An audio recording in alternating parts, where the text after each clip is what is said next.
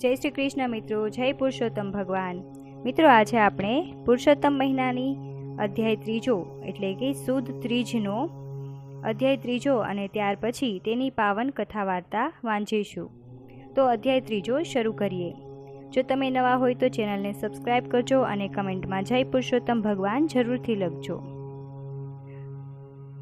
શૌનકાદિક ઋષિઓના પૂછવાથી સૂત પુરાણીએ કહ્યું, હે મુનિશ્રેષ્ઠો, નારદજી સમક્ષ શ્રી નારાયણે જે કહ્યું તે હું તમને કહું છું તે સાંભળો. ભગવાન નારાયણે નારદજીને ઉદ્દેશીને કહ્યું, હે બ્રહ્માપુત્ર નારદ, આ કથા શ્રી કૃષ્ણએ યુધિષ્ઠિરને કહી હતી. આ કથા શ્રવણના ફળ સ્વરૂપ તેઓ કૌરવોના ત્રાસથી મુક્ત થઈ સુખ શાંતિ પામ્યા હતા. દુષ્ટ દુર્યોધન આદિ કૌરવોએ પાંડવોને કષ્ટ આપવામાં કંઈ કચાશ રાખી ન હતી. તેઓને લાક્ષાગૃહમાંથી બાળી નાખવાનો પ્રપંચ કર્યો.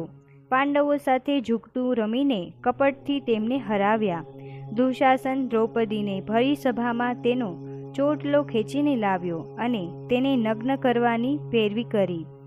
દ્રૌપદીની પ્રાર્થના સાંભળી શ્રી કૃષ્ણએ 999 વસ્ત્રો પૂરીને દ્રૌપદીની લાજ જાળવી.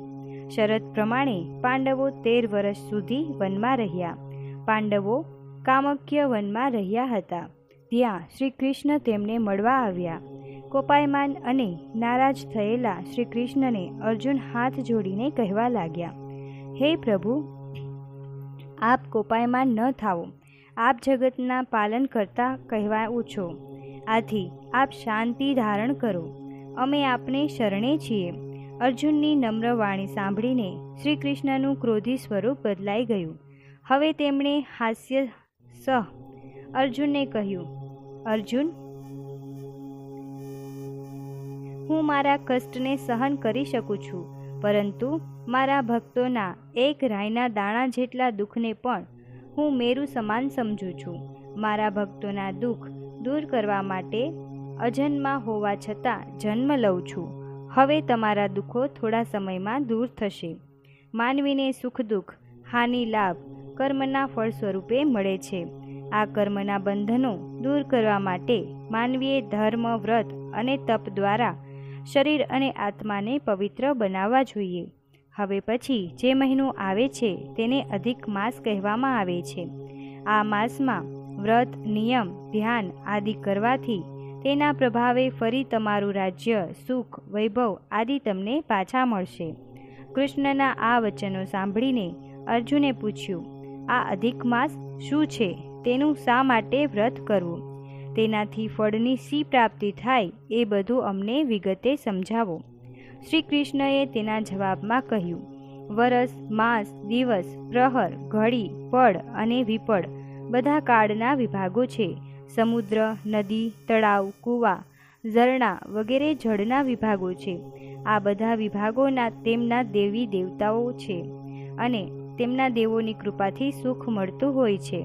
એવામાં સંજોગાવશાત એક વધારાનો માસ ઉત્પન્ન થયો, પરંતુ આ માસનો અધિષ્ઠાતા દેવ ન હતો. આથી લોકો આ માસને મલમાસના નામે ઓળખવા લાગ્યા. વળી આ માસને મલિન માની ભાવિકો તે માસમાં સત્કાર્ય કરતા નહીં, કારણ કે આ માસમાં સૂર્ય એક જ રાશિમાં રહેતો હતો. તેથી લોકો તેને નિંદાપાત્ર ગણતા. આ રીતે અડધૂત થયેલા આ મલમાસ બહુ નિરાશ થયો. કેટલીક વાર તેને આપઘાત કરવાનું મન પણ થયું. એકવાર વૈકુંઠ લોકમાં મારી પાસે આવ્યો અને આંસુભીની આંખે નમ્રતાથી તેણે પોતાનું દુઃખ કહેવાનું શરૂ કર્યું. શ્રી બૃહન નારદ પુરાણના પુરુષોત્તમ મહાત્મ્ય મલમાસ કથાનો આરંભ નામનો ત્રીજો અધ્યાય સંપૂર્ણ. હવે આપણે પુરુષોત્તમ માસની પાવન કથા વાંચીએ. કથાનું નામ છે શ્રદ્ધાનું ફળ. અનંતપુરમાં એક સુથાર રહેતો હતો. તેના કુટુંબમાં તેની પત્ની, 7 દીકરીઓ અને 2 દીકરા મળી કુલ 11 જણ હતા. દીકરીઓ મોટી હતી જ્યારે 2 દીકરા નાના હતા. આખા કુટુંબના ગુજરાનનો ભાર તેના એકલા ઉપર હતો. તે લાકડા ઉપરની કલાકારીમાં હોશિયાર હતો. તેથી ગામમાંથી તેને સુથારી કામ મળ્યા કરતું. તે ખાસ કરીને દેવી દેવતાઓના નાના નાના મંદિરો બનાવતો. તે તેમાં એવી ઝીણી કોતરણી કરતા કે જોનારને બે ઘડી જોઈ રહેવાનું મન થાય. સુથાર દિવસ ઉગે ત્યાંથી મોડી રાત સુધી મહેનત કરતો, ત્યારે માંડ માંડ તેના ઘરનું ગુજરાન ચાલતું. વસ્તારી કુટુંબમાં એક જ જણ રડનાર હોય ત્યારે જીવન નિર્વાહ ચલાવવો ભારે થઈ પડે છે. દીકરીઓ મોટી હોવાથી સુથારે સારા મૂર્તિયા શોધીને પરણાવવા માંડી અને સાસરે વળાવવા માંડી. લગ્નના ખર્ચામાંથી સુથાર ઊંચો જ આવતો ન હતો. વળી દીકરીઓ અવારનવાર સાસરેથી પિયરમાં આવે ત્યારે તેને કપડાં લત્તા અને કંઈક રોકડ આપવી પડે. આથી સુથાર દિવસે ને દિવસે આર્થિક રીતે ઘસાતો જતો હતો. જેમ જેમ દિવસો વીતવા લાગ્યા તેમ તેમ સુથારની ચિંતા વધતી ગઈ. વળી જુવાની હતી ત્યાં સુધી તો રાત દિવસ કામ ખેંચતો, પણ હવે તો શરીર ના પાડવા લાગ્યું. શરીર થાકી જવા લાગ્યું. છતાં સુથાર જેમ તેમ કરીને ઘરનું ખર્ચા કાઢવા મહેનત કરતો. જુવાનીમાં સુથારને ભગવાન સાંભળ્યા ન હતા. તે તો પોતાના કામમાં જ રચ્યો પચ્યો રહેતો. હવે ઉંમર થતાં તે રોજ સવારે ઉઠીને દેવદર્શને જવા લાગ્યો. ક્યારે કથા વાંચાતી હોય, કીર્તન થતું હોય ત્યારે તે સાંભળવા બેસી જતો. એકવાર ગામમાં એક કથાકાર આવ્યા.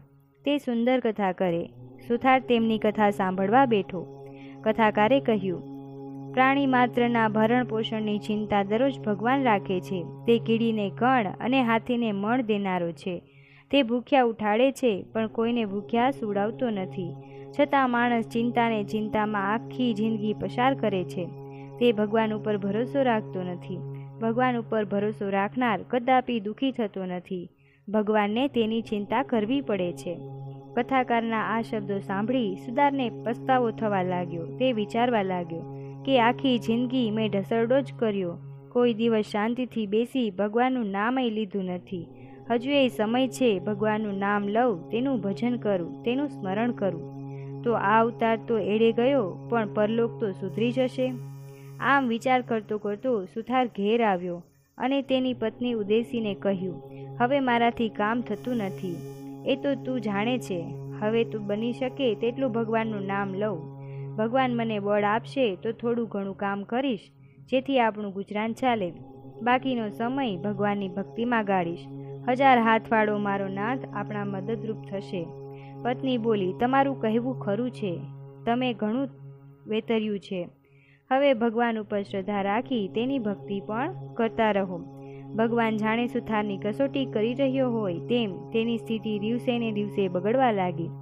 તે રોજ ભગવાનની ભક્તિ કરતો હતો, પણ સુથારી કામ મળતું નહીં. આથી ક્યારેક ઘરમાં ચૂલો ન સળગે એવી હાલત થઈ જતી. આમ થતાં પત્ની મૂંઝાઈ હતી અને પતિને 2 શબ્દો કહેવા ઈચ્છતી હતી, પણ તે મૌન રહેતી. સુથારને તો ભગવાનમાં અતૂટ શ્રદ્ધા બેસી ગઈ હતી કે મારો વહાલો મોડે વહેલે પણ અમને સહાય કરશે જરૂર. તે દરરોજ કથા વાર્તામાં જતો હતો. એવામાં પુરુષોત્તમ માસ આવ્યો. કથાકારે પુરુષોત્તમ ભગવાનની મહિમાની વાત કરતા કહ્યું, પુરુષોત્તમ માસ આવી રહ્યો છે. આ પવિત્ર માસમાં જે કોઈ વ્રત કરે, આખો મહિનો નહાય, દેવદર્શન કરે, કાઠા ગોરમાની વાર્તા સાંભળે, ઉપવાસ એકટાણા કરે, યથાશક્તિ દાન પુણ્ય કરે, તો પુરુષોત્તમ ભગવાનની કૃપાથી તેનું દરિદ્રતા દૂર થઈ જાય છે. સુથારે ઘરે આવી પત્નીને આ વાત કરી. એ બંને જણાએ પુરુષોત્તમ માસનું વ્રત લેવાનું નક્કી કર્યું. પુરુષોત્તમ માસ બેઠો. સુથાર તથા તેની પત્ની રોજ પ્રાતઃકાળે નદીએ જઈને નાહી આવી, દેવદર્શન કરી, યથાશક્તિ બ્રાહ્મણને દાન સીધું આપી ભગવાનનું રટણ કરવા લાગ્યા. પતિ પત્ની શ્રદ્ધાથી વ્રત કરી રહ્યા હતા. અધિક માસ પૂરો થવાના થોડા દિવસ બાકી હતા. ઘરમાં અન્નનો દાણો ન હતો. દરરોજ બ્રાહ્મણને સીધું કેવી રીતે આપવું તેની ચિંતા તેમને સતાવતી હતી. એક દિવસ સુથાર વહેલો ઉઠી દિશાએ જવા જંગલમાં ગયો. તે ઢાળ પડતી જગ્યાએ હાજત કરવા બેઠો. 2 દિવસના ઉપવાસ હતા. વળી ઢાળ હતો, તેથી સુથાર પડી ન જવાય એટલા માટે એક ઝાંખરાનું મૂળિયું પકડી રાખ્યું. મૂળિયાને આમ તેમ હલાવવા જતાં તે ઉખડી ગયું અને ત્યાં ખાડો પડ્યો. તેમાં કંઈ ચળકવા જ લાગ્યું. સુથારે ચળકાટ જોયો, પણ હજુ અંધારું હતું, તેથી તેને સમજ ન પડી કે અંદર શું છે. તે તો ત્યાં બેસી રહ્યો. થોડું અજવાળું થતાં તેને જોયું કે ખાડામાં હીરા પડ્યા હતા, તે જ ચમકી રહ્યા હતા. તેનો સુથારને ખ્યાલ આવ્યો. સુથારે આનંદ અને હરખ સાથે હીરા ઉઠાવ્યા. તેણે જોયું તો તેની નીચે સોના મહોરો પડી હતી. માટી કાઢીને ખાડો જરા ઊંડો કર્યો તો તાંબાનો ચરુ દેખાયો. આખો ચરુ સોના મહોરથી ભરેલો હતો. આ બધું જોઈ સુથારના આનંદનો પાર ન રહ્યો. પછી વિચાર આવ્યો કે આ તો દાટેલું ધન, આ મારાથી ના લેવાય. મારા ઘરમાંથી ચરુ નીકળ્યો હોય તો મારા હકનો ગણાય, પણ આ તો પાદરે પડેલું ધન, મારાથી ન લેવાય. હાલમાં પરસોત્તમ ભગવાનનું વ્રત કરું છું, તેથી પરધન લઉં તો પાપી કહેવાવ. આમ વિચારી સુથાર ચરુ લીધા વગર ઘરે પાછો ફર્યો. સુથાર રોજ દિશાએ જતો, પણ બહુ વાર લાગતી નહીં. પણ આજ ઘણો સમય થવાથી સુથારની પત્ની ચિંતા કરતી બારણે ઊભી સુથારની પ્રતીક્ષા કરતી રહી. સુથારે ઘરે આવીને પોતાની પત્નીને સોનાના ચરુની વાત કરી. પત્ની તો આ વાત સાંભળીને રાજી થઈ ગઈ. દાટેલું ધન હાથમાં આવવા છતાં પતિને ખાલી હાથે પાછો ફરેલો જોઈ એ તો ગુસ્સો કરીને કહેવા લાગી, તમે તો સાવ ભગત થઈ ગયા. તમારે ક્યાં ચોરી કરવાની હતી? અરે રે, ઘર બેઠા ગંગા આવી અને તમે કોરા જ રહ્યા. અકર્મીનો પીડાયો કણો જ જાણે. ચાલો મને દેખાડો એ જગ્યા, હું એ ચરુ લઈ આવું. સુતાર કહે, એ તો અણહકનું ધન કહેવાય, એ લઉં તો મારી ભક્તિ એળે જાય. હવે તેલ તાવડો છોડો અને ચાલો મારી સાથે. લક્ષ્મી ચાંદલો કરવા આવી છે અને વધાવી લ્યો. ભગવાન ઉપર મને શ્રદ્ધા છે, પારકા ધનને હું હાથ નહીં અડાડું. તારે જોઈતું હોય તો જઈને લઈ આવ. મારા ભગવાન મને ન્યાલ કરવો હશે તો ઘરમાં બેઠા બેઠા ધનનો વરસાદ વરસાવશે. આ સાંભળીને પત્ની તો કપાળ કૂટવા લાગી, પણ સુથાર એકનો બે ન થયો. પત્નીએ બહુ ધમ પછાડા કર્યા. ત્યારે તેણે એ સ્થળની નિશાની આપીને કહ્યું, તારે ચરુ જોઈતો હોય તો લઈ આવ, હું તો નહીં જાઉં. સુથારે જવાની તૈયારી કરી. સુથારણે જવાની તૈયારી કરી એટલે સુથારે કહ્યું, સૂર્યોદય થતાં જ નદીએ નહાવા જવાનો આપણો નિયમ છે. જો એ નિયમ તૂટશે તો ભગવાન નારાજ થશે. છેવટે સુથારણે જીદ છોડી બંને નદીએ નહાવા ગયા. જ્યારે સુથાર અને તેની પત્ની ઊંચા અવાજે સોના મહોરો ભરેલી ચરુની વાત કરી રહ્યા હતા, ત્યારે તેમની બંનેની વાત પડોશમાં રહેતો વાણંદ સાંભળતો હતો. જેવા સુથાર અને સુથારણ નદીએ નહાવા ગયા કે તરત વાણંદે તેની પત્નીને ઉઠાડી બધી વાત કરી.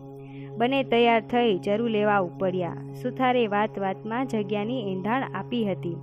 તે આશરે તેઓ ત્યાં પહોંચી ગયા. ચરુવાળી જગ્યાની ઉપર તાજી માટી વાળેલી હતી એટલે તેમને તરત તેની ખબર પડી ગઈ કે અહીં ચરુ છે. બંનેએ હાથોહાથ માટી ખોદી નાખી. તેમણે જોયું કે ખાડામાં તો મોટા મોટા વીંછીઓ ખદબદતા હતા. આ દ્રશ્ય જોઈ બંને હેબતાઈ ગયા. તેમના આશ્ચર્યનો અને ગુસ્સાનો પાર ન રહ્યો. તેમણે મનમાં નક્કી કર્યું કે સુથારણે અમારું જૂનું વેર વાળવા માટે વીંછીઓ કરડાવવાનું આ કાવતરું રચ્યું લાગે છે. બસ હવે અમે તેને ખબર પાડી દઈએ ત્યારે જ ખરા. આવો વિચાર કરી તેમણે ખાડાવાળી માટીમાંથી વીંછીઓ ભરેલું ચરુ પોતાની સાથે લાવેલ ચાદરમાંથી બાંધી પોતાને ઘેર લઈ આવ્યા. એ ચરુ લઈને વાણંદ છાપરે ચડી ગયો અને સુથારના નળીએ ખસેડીને ત્યાં બેઠો. સુથાર અને તેની પત્ની સ્નાન કરીને પાછા આવ્યા. સુથાર ભગવાનની પૂજા કરવા બેઠો. લાગ જોઈને વાણંદે ચરુ ઊંધો વાળી દીધો.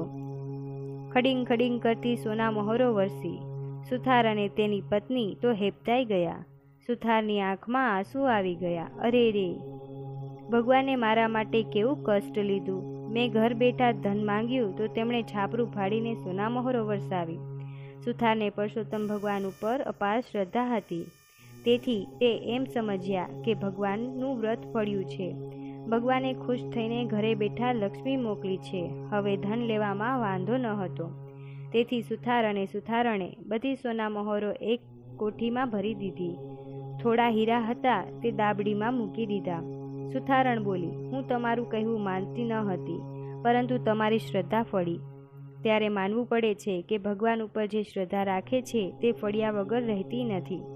આ બધું અદેખો વાણંદ અને તેની પત્ની રાહ જુએ છે કે હમણાં સુથારણના ઘરમાંથી બૂમાબૂમ થશે, રોકકડાટ થશે, ચીસો પડશે.